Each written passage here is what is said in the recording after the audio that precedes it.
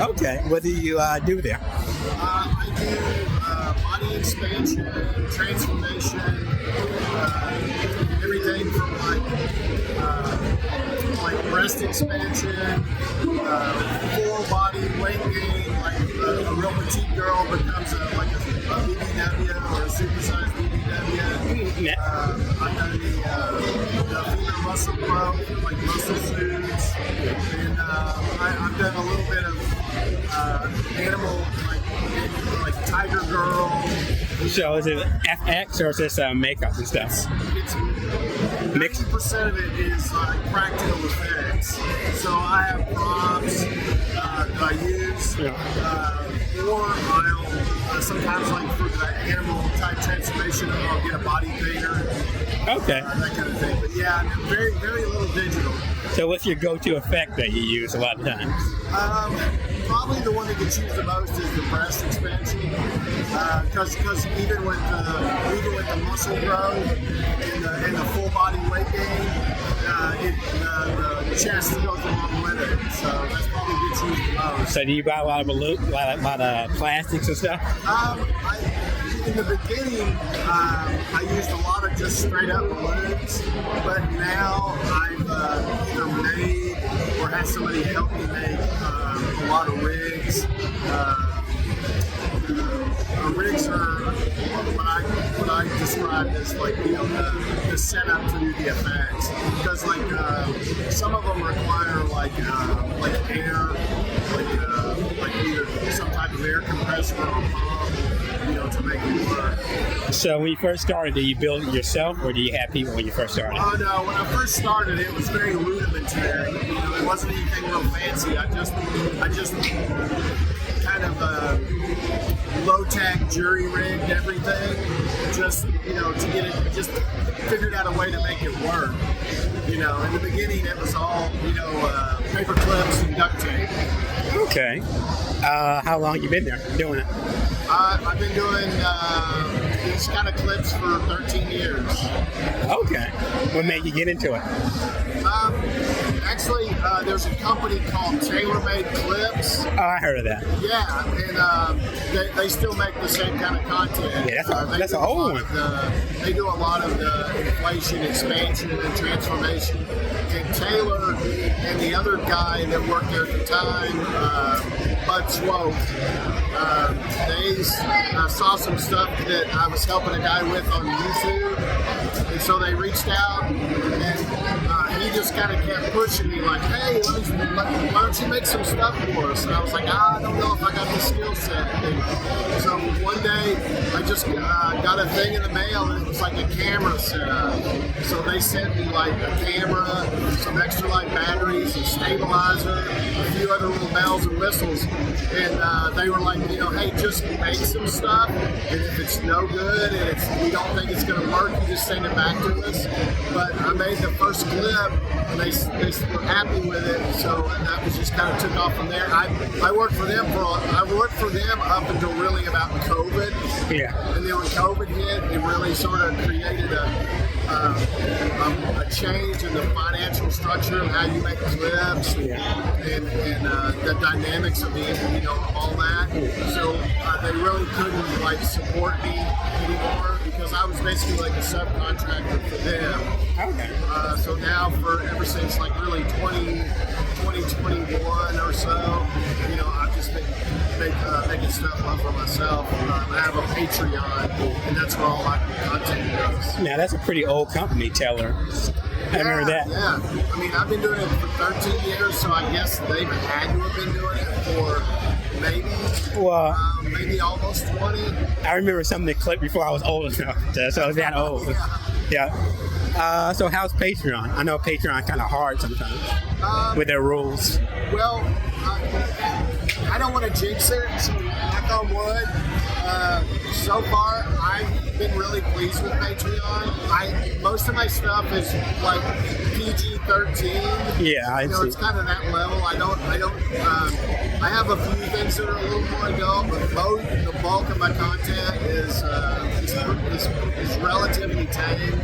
It's fetish, but it's kind of tame fetish. Yeah. So I haven't so far really experience any hassles from Patreon. Now, what video uploader do you use to put on Patreon? What's that? What video uploader do you use on Patreon? I know Patreon. Well, Patreon doesn't have its own. Yeah, that's right. Which is a pain in the ass. But I usually either use YouTube on an unlisted, so I can give the patrons the link, or if it's really big, or if it is a little more risque, I'll pop it in a Dropbox and just link it. You work with anyone big? What's that? What are your favorite actors you work with? Oh man, I've had the privilege of working with so many really good people. I had a model that I worked with.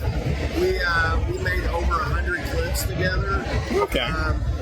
What's her name? Her name was Koa, K-O-A. And she retired. I mourn her because she was like a unicorn. She could do everything. She was amazing.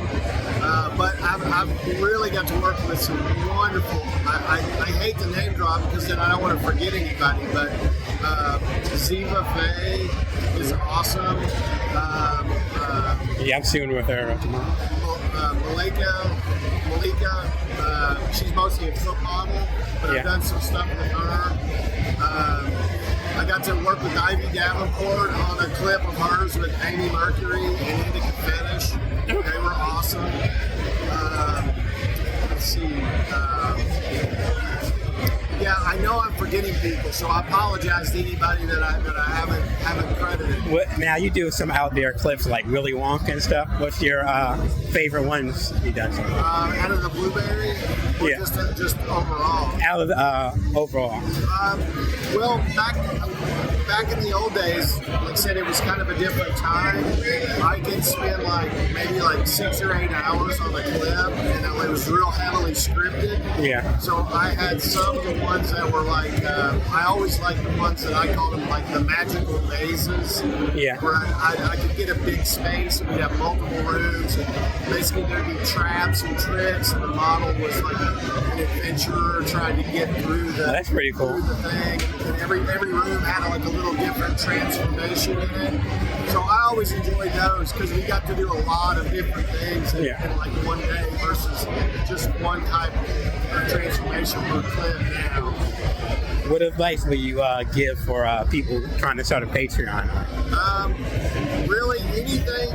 I mean, anything in life in general, but especially in this kind of stuff, whether it's fetish or a little more adult, or whether it's OnlyFans or Patreon, whether it's art or video, or you're a writer, it's just perseverance. You just have to keep doing it and try and be consistent with it.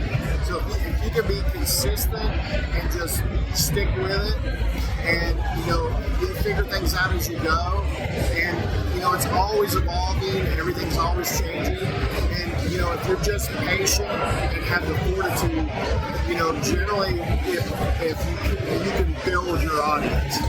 Okay, where are you working on next? Any big shoots? Today I worked with Ziva Faye on a Blueberry themed shoot. Okay. She's like a girl who's going to a Halloween party with her boyfriend, and he wanted her to go as Violet Beauregard from the Wonka movie. Yeah. But she kind of gets bratty and doesn't want to be her, so she wears a witch costume. So he gets mad that she didn't want to be Violet, so he gives her gum that turns her into Violet, like an actual blueberry. Okay. So, and then I'll be working with Gary Pranzo tomorrow. Gary is amazing.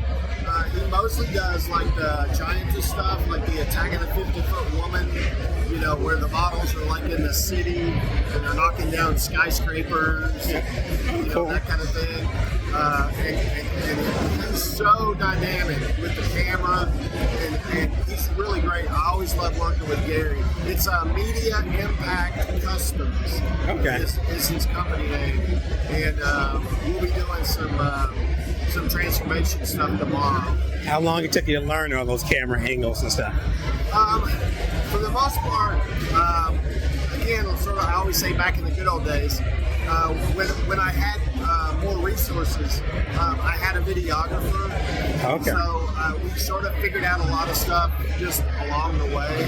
You know, sometimes little forced perspective tricks, and which angles to get to, to make the props, look better. Because like some of the props, especially in the beginning, because they were just like balloons.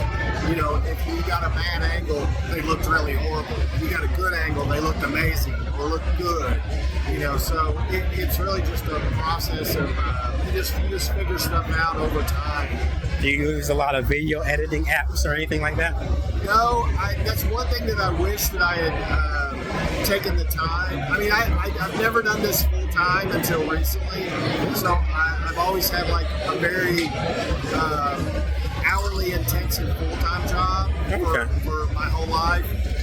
So the video business was always kind of like a side hustle, and so I just never had the time to add editing into my repertoire of skills. So so now I have somebody that edits for me. That's cool. So who do you want to work with that you haven't yet? I'm sorry? Who do you want to work with that you haven't yet?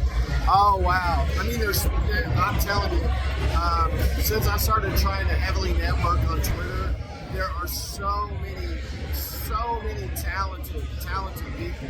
I'm trying to work with Mel Heflin in Florida. I want to work with Jessa Flux again. Okay. I've worked with her before. She's great. But somebody that I've never worked with is sort of like my bucket list. I would love to work with Ladella Hahn one of these days. Okay. She's so creative and so talented. I mean, she's really kind of, for me, like peak Fetish transformation actress. Like she's just so good. I would be thrilled to work with her. All right. So, well, what's the name of your site again? It's Max Growth Productions. It's on Patreon. You should be able to search it like Max Growth Productions. Okay. Well, thank you. It's nice meeting you. Oh, no problem. Thanks for having me.